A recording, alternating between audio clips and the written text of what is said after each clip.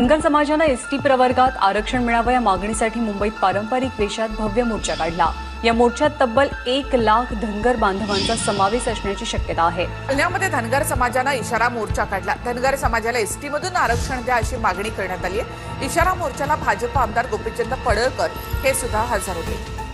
धनगर समाजाला लवकरच आरक्षण दिलं जाणार आहे आणि याबाबतचा निर्णय हा 15 दिवसांमध्ये घेऊ अशी माहिती मुख्यमंत्र्यांनी नागपूरमध्ये दिली आहे। या संदर्भात महायुतीने आपली भूमिका स्पष्ट केलेली आहे। आम्ही प्रत्येक वेळी सांगितलेलं आहे की धनगर समाजाला एसटी मध्ये आरक्षण देण्याच्या संदर्भात महायुतीचा त्याला पाठिंबा आहे।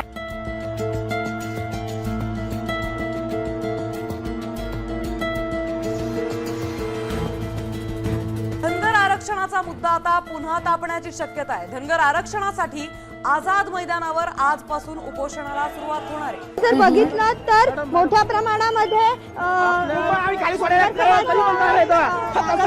इथे रस्त्यावर उतरलेला पाहायला मिळतो। मुंबई महापालिकेच्या समोर हा पूर्ण धनगरांनी रस्ता जो आहे तो जाम केलेला पाहायला मिळतो। आपण पाहतोय एसटी प्रवर्गातून धनगर समाजाला आरक्षण मिळावं यासाठी उपोषण सुरू आहे। दीपक बोराडे उपोषण करतायत आणि या ठिकाणी आता सध्या धनगर समाज बांधव आंदोलन करताना आपण पाहतोय। मुंबई महानगरपालिकेच्या